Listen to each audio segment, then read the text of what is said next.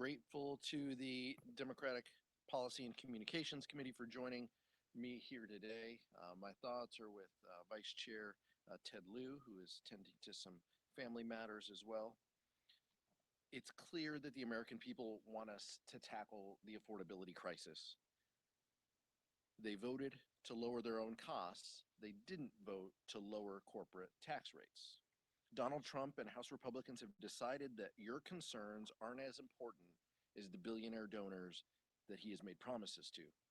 Trump repeatedly said during the campaign that he would bring costs down. At a rally in Pittsburgh, he said, quote, "A vote for Trump means your groceries will be cheaper." In North Carolina, he said, quote, "From the day I take the oath of office, we will rapidly drive prices down." Fast forward to today, and he is already abandoning that promise to working people, telling Time magazine that actually driving costs down is, quote, "very hard." Was he lying the whole time, or has something changed? You know, it is hard. It is hard to lower the costs of living if you spend all of your time and energy trying to pass a massive tax cut for billionaires at the expense of the American people, serving your billionaire cabinet over the people who put you in office. Some of the same companies that charge these prices is who he is now advocating for. Under Trump and the Republican-controlled Congress, the American people will pay more for less. House Democrats have a plan to bring down the cost of living for working families by banning corporate price gouging, building more homes to tackle the affordability crisis, and cutting taxes for working Americans to give them the breathing room that they need. Would now like to yield to the DPCC Chair, Debbie Dingell. Thanks, Pete. And I want to thank Pete for all of his hard work in organizing the caucus, preparing us for the 119th caucus. And we are going to really be ready for next year. We are ready. House Democrats are ready for what lies ahead.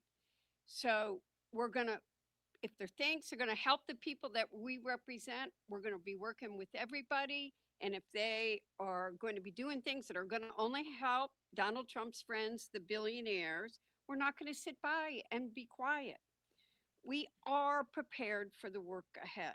And I'm going to give you an example of where, well, we're probably not all together even on our side some days. Tariffs are a tool in the toolbox.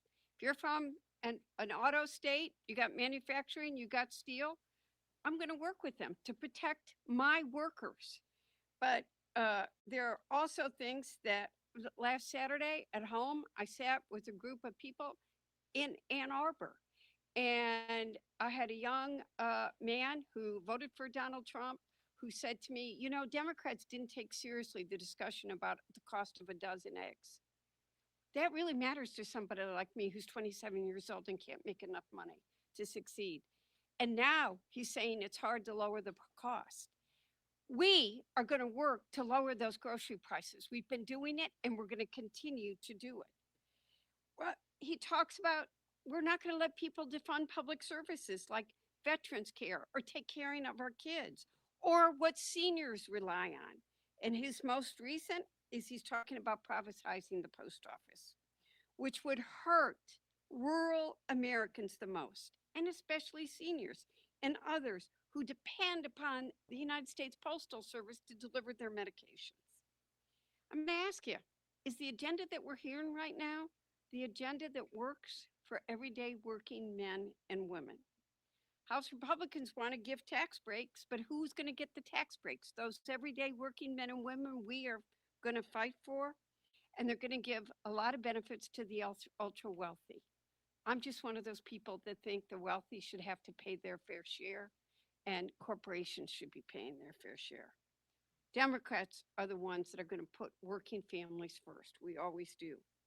We're the party of Social Security and Medicare, the party of job creators, and quite frankly, road repairers, the party of common sense gun safety. And our hearts again go out to the families as we watched another senseless, not understandable shooting in Wisconsin yesterday. We're not going to stop fighting for you. So I want to Thank you for being here. I'm wishing all of you a happy holiday season and turning this over to my co-chair, Lauren. Well, thank you, Debbie.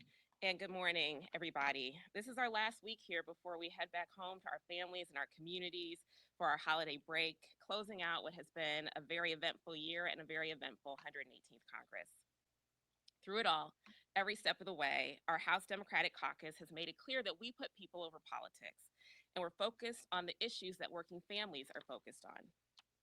We show up every day to make life better for the American people and to do the work that they sent us here to do. Bringing down costs, keeping our government funded and open, getting families high quality, affordable health care. Our community sent us here to solve problems, and that has been and will continue to be our focus as we head into the 119th Congress. Unfortunately, the same cannot be said for House Republicans. It's been a few weeks since we learned the results of the election, and in that time, they have made their priorities for the next 2 years completely clear. They want sweeping tax breaks for the richest and wealthiest Americans, paid for with deep cuts to Social Security and Medicare. They've attacked LGBTQ Americans. They have plans for a nationwide abortion ban and that they will support tariffs that will bring pain on working families. And that's just what the House Republicans have been up to. Donald Trump has been busy starting on Project 2025, walking back on his campaign promises and filling his cabinet with unqualified and alarming picks. It's extremism and it's completely out of touch with our communities. And while we will always work to find common ground on any issue, we will not yield to this, not now and not throughout the 119th Congress. Now, our job as the DPCC is to make sure that our caucus has the tools to communicate these priorities decisively to the American people, and we are very, very excited about the work ahead. Thank you, and for more, I'm happy to turn it over to Lori Trahan. Well, thank you, Lauren. Thank you to Chair Aguilar for hosting us. The American people made it clear in November what they want from Washington: lower costs, better jobs, and a clear focus on the issues that matter most to working families. What they didn't vote for is Donald Trump undermining and defunding the government services that actually work for them. That's why many Americans were understandably shocked by yesterday's announcement that President-elect Trump is seeking to privatize the United States Postal Service. Millions of Americans rely on the mail every day for their life-saving prescriptions, to pay their bills, receive their Social Security benefits, and during the holidays, mail out their presents. And they do it through the USPS because they can do it in a timely fashion and at a cost they can afford.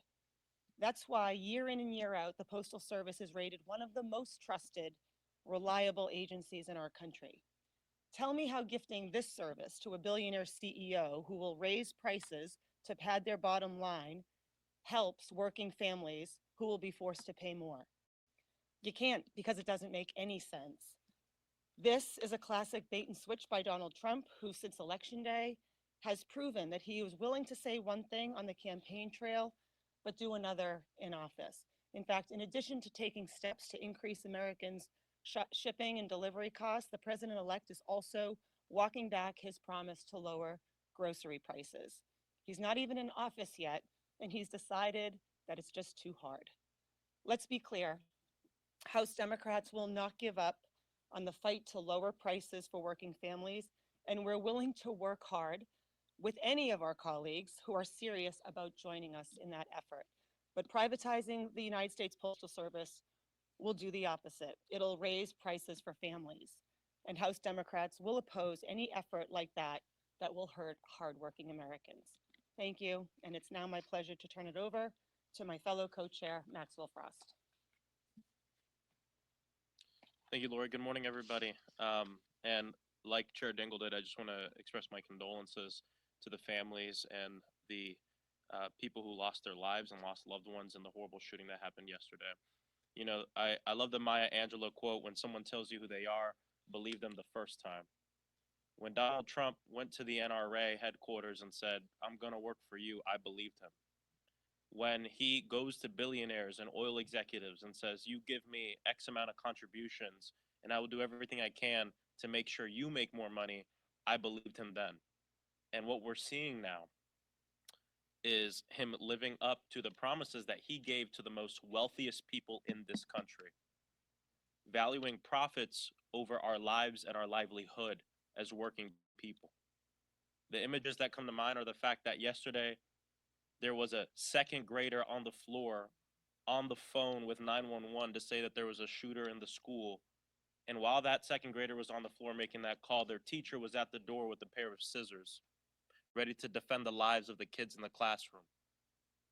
When just a few months ago on the campaign trail, Donald Trump made it clear that he values the profits of the gun industry more than he values the lives of our children and our people. The images that come to mind are billionaires like Elon Musk and Vivek Ramaswamy walking through the halls of Congress, talking about firing unelected bureaucrats when they're actually talking about civil servants and people who help make our government work. And this is Donald Trump living up to the promises he gave the wealthiest in this country, that he would do everything he can for them.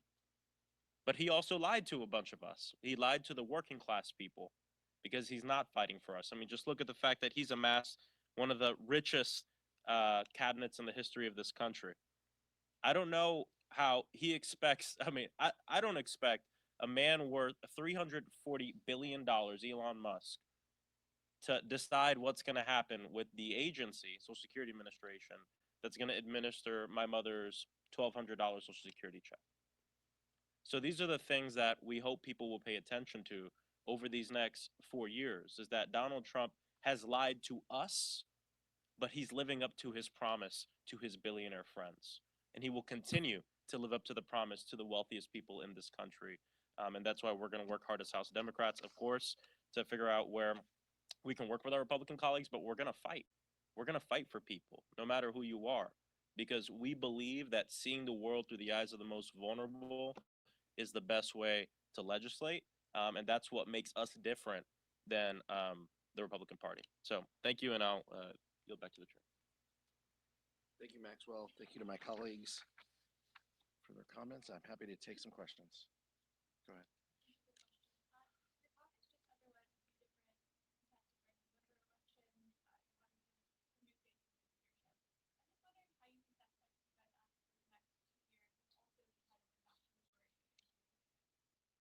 We're ready to go.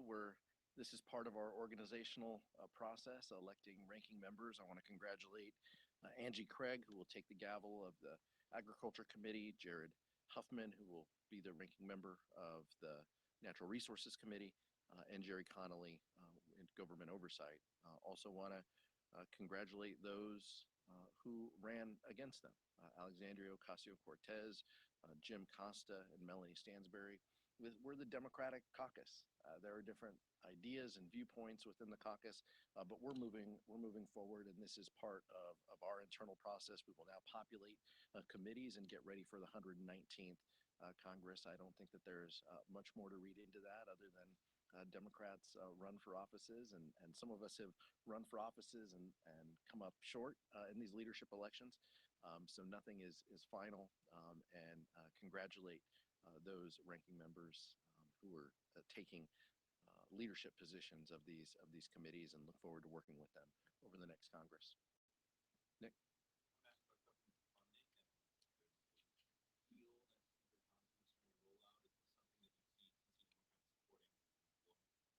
Well, we'll see. You know, with the Democratic caucus, the details matter. We're gonna review the language on its merits. I haven't seen any details or any final language yet. We've been hoping that would be posted soon. But one of the things that we know very clearly is that House Democrats will be needed to pass government funding.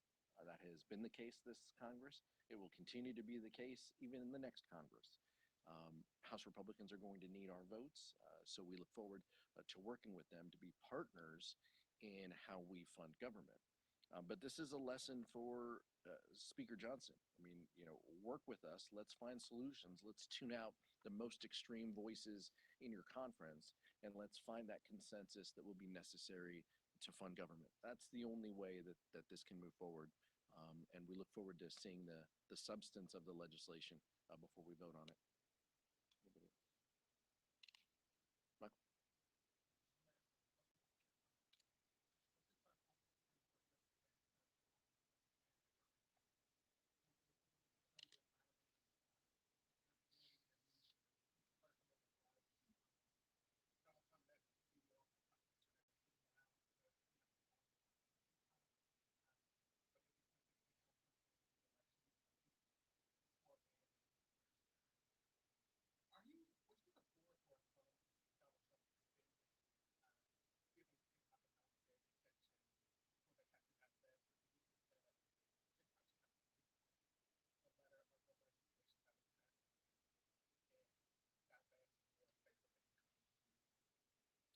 I think Donald Trump has a interest in things that help Donald Trump.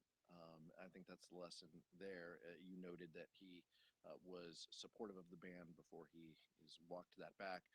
I and a lot of other Democrats, for national security purposes, voted for that piece of legislation. The legislation allows a process to take place, but January is an important part of that process. So I continue to support the piece of legislation that requires the divestment or sale. There could be a delay or a window of discussion within the legislation, but I agree with the spirit and the letter of the law and look forward to the administration following the law.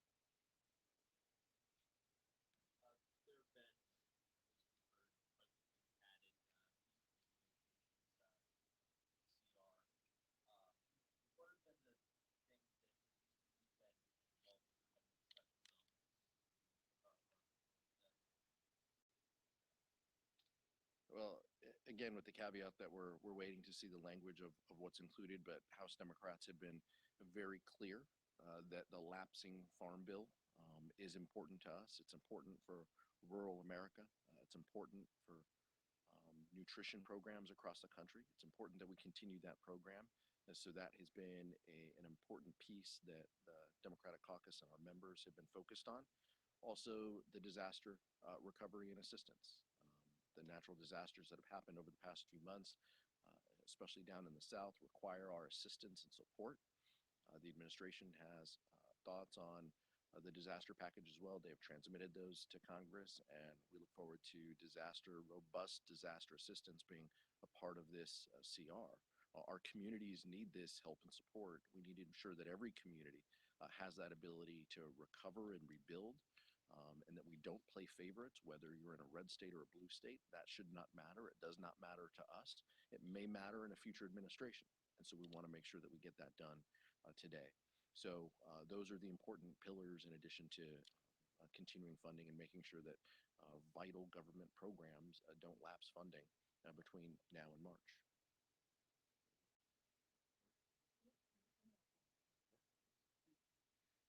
I think one other thing that we're also tracking, because there was a pileup of legislation that didn't get through in the sort of campaign season part of the year, we obviously want to make sure that telehealth flexibilities are extended. So many people in our communities rely on that to access their care. Transparency for pharmacy benefit managers to help continue to bring the prices down for people back home who are going to pharmacy counters, especially in this intense time of cold and flu season, and just making sure generally that we give access and affordable health care to hardworking families. And so we hope to make sure that's part of the negotiation as well. Thank you. Special assist from my ENC colleagues. Thank you for that. Thank you for the reminder in the back.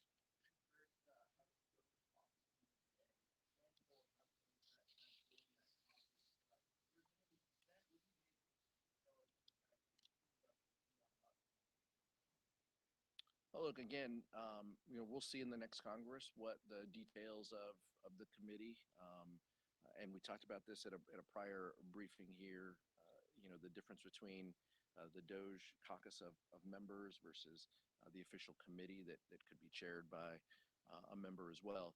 But Democrats are willing to work with anyone to make government more efficient. I think that's the important piece. You know, we want to be responsive to everyday Americans. We want to deliver infrastructure projects in the fastest possible way. So it shouldn't surprise anybody that Democrats are willing to go and listen or go to a meeting and hear some thoughts and ideas on how we streamline government, how we respond to our constituents and become more efficient. Um, that's what is important. Now, there's a lot of caveats here, and my colleagues have talked about this. That does not mean that we support privatizing the Postal Service. That does not mean we are going to prioritize under a broader efficiency category, displacing jobs and vital services that the American public relies on. So we will speak out against those policies that hurt our communities. But we're going to listen and have conversations about efficiencies and making government more efficient. I was a mayor of a medium-sized city and have spent a lot of time, going over details and trying to find efficiencies where we can. My colleagues behind me have been in government collectively for decades at different levels, and that's who we are and what we stand for, and we're going to continue to do that. Anybody else on the- It's important that it's important that if we really have representative government, everybody's at the table and everybody's had different perspectives. So there may be things that people are thinking about cutting, or they sound stupid, or they want to eliminate, but because they've never worked on the program, they don't understand the implications. So having people of different backgrounds and different perspectives in the same room at the same table is healthy. And I have had, I'm not going to name names, I have had very real conversations with people about manufacturing, or that they're like, I didn't know that. I didn't know that. So I think it's good for people to talk to each other, to listen to each other. 2 ears, 1 mouth for a reason. And so we should hope that as we go into the next year, I mean, tariffs is a good example where I remind my colleagues, tariffs are a tool in the toolbox. We need to listen to each other. And the other side can learn from us, we can learn from them.